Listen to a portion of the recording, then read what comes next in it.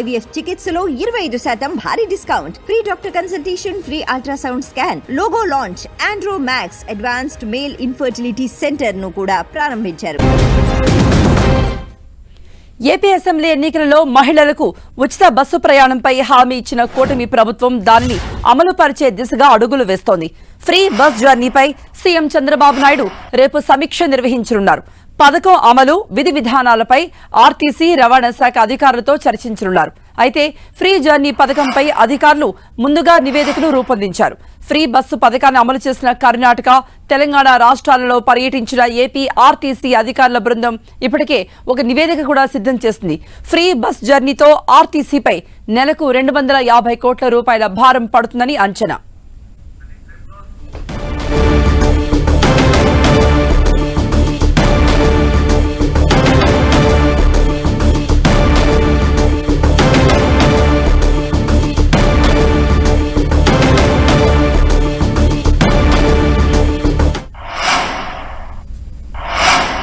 దీనిపై మరిన్ని అప్డేట్స్ ఇవ్వడానికి లైవ్ లో జాయిన్ అయ్యారు మన ప్రతినిధి జయరాజ్. జయరాజ్, మహిళలందరికీ కూడా ఉచిత బస్సు ప్రయాణం అనేది ఏ రోజు నుండి ప్రారంభమవుతుంది, అది ఏ తేదీ, అలాగే ఇప్పటికే మొత్తం సర్వే కూడా చేసినట్టుగా తెలుస్తోంది.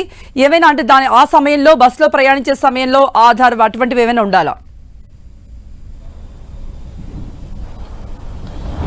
కృప, ఎన్నికల ముందు ఎన్డీఏ కూటమి ప్రజలకు ఇచ్చినటువంటి హామీల్ని దశల వారీగా ఒక్కొక్క హామీని నెరవేరుస్తున్నటువంటి క్రమంలో ఇంకా మిగిలిన కొన్ని హామీలు ఉన్నాయి. సూపర్ 6 ఏవైతే ఉన్నాయో వాటిలో భాగంగా మహిళలకి ఉచిత బస్సు ప్రయాణం అనేది ప్రాధాన్యమనేది, మహిళలు దీనికి పూర్తి స్థాయిలో ఆకర్షితులయ్యారు.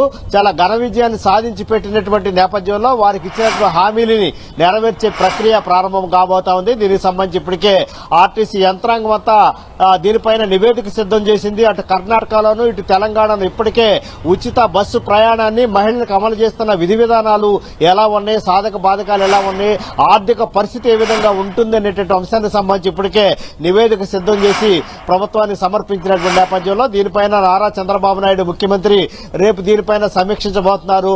దీనిపైన ఇప్పటికే రవాణా శాఖ మంత్రి, మిగతా ప్రభుత్వంలో ఉన్నటువంటి మంత్రులు, మిగతా యంత్రాంగం అంతా కూడా ఇప్పటికే ఒక స్పష్టం చేసింది. అతి త్వరలోనే మహిళలకి ఆంధ్రప్రదేశ్ లో ఉచిత బస్సు ప్రయాణాన్ని కల్పిస్తామని చెప్పేసి హామీ ఇచ్చినటువంటి నేపథ్యం. ఒకనొక సమయంలో ఆగస్టు 15వ తేదీ నుంచి ఈ విధానాన్ని అమల్లో తీసుకొస్తామని ప్రకటించినటువంటి పరిస్థితి ఉంది.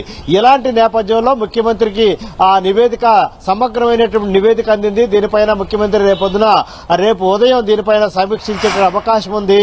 ప్రతిరోజు 15 లక్షలకు పైగా మొత్తం మహిళలు బస్సులో ప్రయాణం చేస్తా ఉన్నారు అని చెప్పేసి అధికార యంత్రాంగం లెక్కలు తెలిసినటువంటి నేపథ్యంలో దీనిపైన నెలకి 250 కోట్ల రూపాయలు ఉచిత బస్సు ప్రయాణం అమలు చేస్తే ఆర్టీసీ పైన భారం పడుతుందని చెప్పేసి ఆర్థికపరమైన అంశాలను కూడా లెక్కించినటువంటి పరిస్థితి ఉంది.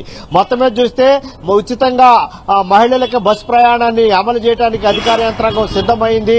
సూపర్ 6 లో ఇచ్చినటువంటి హామీని నెరవేర్చడానికి ఎన్డీఏ ప్రభుత్వం సంసిద్ధంగా ఉన్నటువంటి నేపథ్యంలో వచ్చినటువంటి వినతులు, దాంట్లో ఉన్నటువంటి సాధక బాధకాలు, ఆర్థిక పరిస్థితులు, మొత్తం వీటన్నిటి గురించి కూడా రేపు ముఖ్యమంత్రి సమగ్రమైనటువంటి సమీక్ష నిర్వహిస్తారు. దాదాపుగా ఆగస్టు 15వ తేదీ నుంచి ఈ ఉచిత బస్సు ప్రయాణాన్ని రాష్ట్రంలో అమలు చేయడానికి ఎన్డీఏ ప్రభుత్వం సిద్ధంగా ఉన్నటువంటి నేపథ్యంలో ఏ బస్సులను అనుమతిస్తారు, ఎంత మేర ఆర్థిక భారం పడతా ఉంది, ఇప్పుడున్నటువంటి బస్సులు సర్వీసులు సరిపోతాయా, అదనంగా బస్సులు ఏర్పాటు చేయాలా, దీనికి సంబంధించినటువంటి ఎంతవరకు లిమిట్ చేయాలి అనేటువంటి విధి విధానాలన్నీ కూడా రేపు ముఖ్యమంత్రి దీనిపైన సమీక్ష చేసిన అనంతరం దీనికి సంబంధించిన విధి విధానాలన్నీ కూడా రూపొందించి అమలు చేయడానికి సిద్దమవుతున్న నేపథ్యంలో సూపర్ 6 లో మరొక ముఖ్యమైనటువంటి హామీని ఎన్డీఏ ప్రభుత్వం నెరవేర్చడానికి సిద్ధంగా ఉంది. కృప, జయరాజ్, ఈ వయసు నుండి మాత్రమే మహిళలకు అందుబాటులో ఉంటుంది బస్సు ప్రయాణం అనేది ఏవైనా నిబంధనలు ఉన్నాయా, లేదంటే నేటివ్ ప్లేస్ అక్కడ నుండి ఉద్యోగరీత్యా బయట ఉంటూ ఉంటారు, వాళ్ళు ఎవరైనా వెళితే కూడా ఈ ఫ్రీ బస్ జర్నీ చేయొచ్చా? ఇటువంటి నియమ నిబంధనలు ఏమైనా పొందుపరిచారా? కృప నియమ నిబంధనలు ఇంకా రూపొందలేదు. ఆంధ్ర మొత్తం తెలంగాణ కర్ణాటకలో ఇప్పటికే ఈ విధానాన్ని అమలు చేస్తున్నాయి అక్కడ ప్రభుత్వాలు. దీనికి పైన ఆర్టీసీ యంత్రాంగం ఇప్పటికే దశల వారీగా అధ్యయనం చేసింది.